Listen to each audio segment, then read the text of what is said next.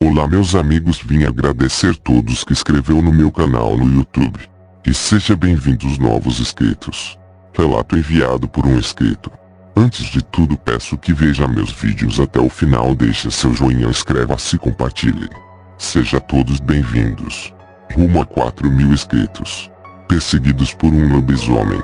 Como surgiram as diversas lendas que ecoam por todas as partes do mundo.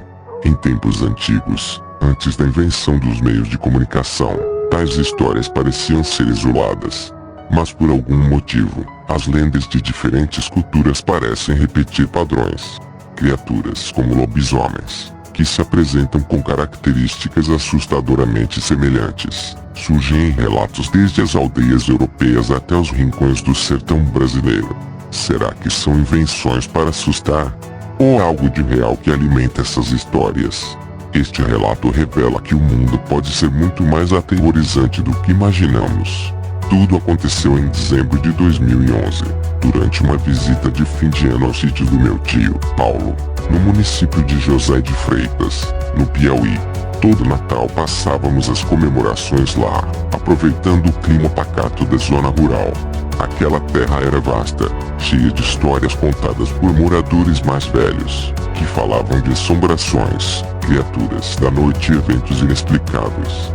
Na noite do dia 24, como de costume, estávamos prontos para a ceia. Meus primos, João, Lucas, Marcelo e Pedro, e eu, que tinha então 19 anos, decidimos nos afastar um pouco do burburinho da casa e fomos ao curral. O lugar ficava a cerca de 300 metros da casa, iluminado apenas pela luz da lua cheia e algumas lanternas que carregávamos. Estávamos conversando, tentando espantar o tédio, quando um grito ecoou pela escuridão. O som era tão perturbador que gelou o sangue em nossas veias. Não consigo descrever se foi um grito humano ou um uivo animal, mas o pavor que causou era inegável. João, sempre o mais brincalhão, resolveu colocar mais lenha na fogueira, dizendo que poderia ser um lobisomem. Nós rimos, tentando quebrar o clima de tensão, e voltamos a casa para a ceia, mesmo com aquele barulho ainda ecoando na cabeça de cada um. Era por volta de 1 da manhã, quando estávamos sentados na varanda, conversando, quando de repente o uivo estridente veio de novo, dessa vez mais perto.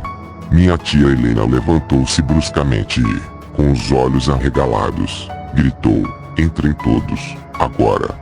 Fechem as portas e as janelas!" Ela estava apavorada, o que nos deixou ainda mais inquietos. Apressamo-nos para dentro da casa, sem entender o motivo daquele pânico repentino.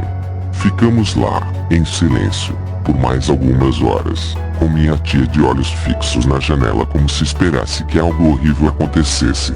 Na manhã seguinte, os rumores já corriam pelo povoado.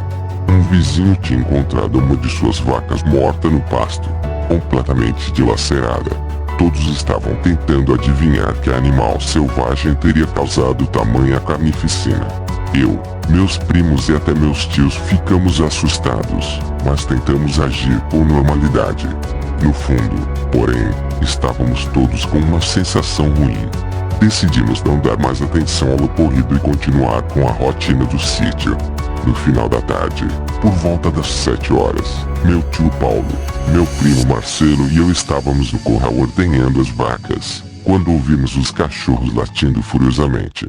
Olhamos para o fim do pasto e vimos algo enorme brigando com os cães. Era difícil distinguir o que era aquela distância, mas a força e velocidade com que se movia não pareciam naturais. Meu tio acendeu a luz do curral, e nesse instante a criatura parou de lutar com os cachorros e se virou para nós. O que vimos foi de arrepiar, uma besta negra, com olhos brilhantes, fixos em nós, que rapidamente começou a correr em nossa direção. Não era humano, tampouco um animal comum. A coisa tinha um corpo desproporcional, os braços longos e as pernas musculosas, movendo-se com uma velocidade assustadora. O terror se instalou em nós instantaneamente. Marcelo gritou para corrermos, e nós obedecemos sem questionar. Fugimos o mais rápido possível em direção a uma velha caminhonete abandonada próxima ao curral, única proteção que parecia viável naquele momento.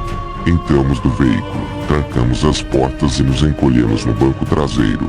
Ouvíamos apenas o som de nossa respiração acelerada e os latidos distantes dos cachorros. Por um momento, pensamos que estávamos seguros. Mas então algo pesado caiu sobre a carroceria da caminhonete. O baque foi tão forte que fez o carro inteiro estremecer. Eu, cheio de medo, me atrevi a espiar pela janela. O que vi me deixou petrificado. A criatura estava em cima da caminhonete, como se nos cercasse, com a cabeça baixa e os olhos brilhando no escuro. Seu corpo era coberto de pelos grossos e negros, e suas garras arranhavam o metal do carro. Meu tio Paulo me puxou para baixo e sussurrou, desesperado: "Não olhe. Fique abaixado, pelo amor de Deus." O desespero em sua voz era tão grande que uma lágrima desceu pelo seu rosto. Ficamos imóveis, esperando o pior. O monstro uivou de novo, dessa vez tão perto que o som fez nossos ouvidos latejarem. Por sorte, depois de alguns minutos que pareceram uma eternidade, a criatura finalmente saltou do carro e desapareceu na escuridão. Saímos da caminhonete com as pernas tremendo, sem acreditar no que tinha acabado de acontecer. Começamos a correr de volta para casa, mas a criatura não estava disposta a nos deixar em paz. Ela surgiu novamente do mato, correndo em nossa direção com uma ferocidade indescritível. Seus rosnados eram profundos e ameaçadores, e suas garras brilhavam sob a luz da lua. Só conseguimos escapar porque chegamos a casa e trancamos a porta a tempo. A fera bateu na porta com força, arranhando e rosnando, tentando entrar. Meu tio segurava a porta com todas as forças, enquanto minha tia rezava. Após minutos de pura tensão, o silêncio finalmente reinou. Quando abrimos a porta, tudo o que restava eram marcas profundas de garras, saliva e manchas de um sangue que parecia antigo, quase seco. Nunca mais voltei ao sítio.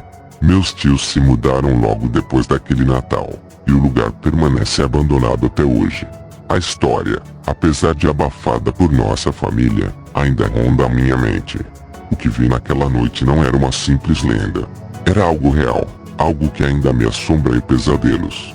Autor: Rafael, município de José de Freitas, Piauí. Fonte: um inscrito do canal. Bem-vindos novos inscritos. Para quem não é inscrito, inscreva-se, compartilhe e volte sempre.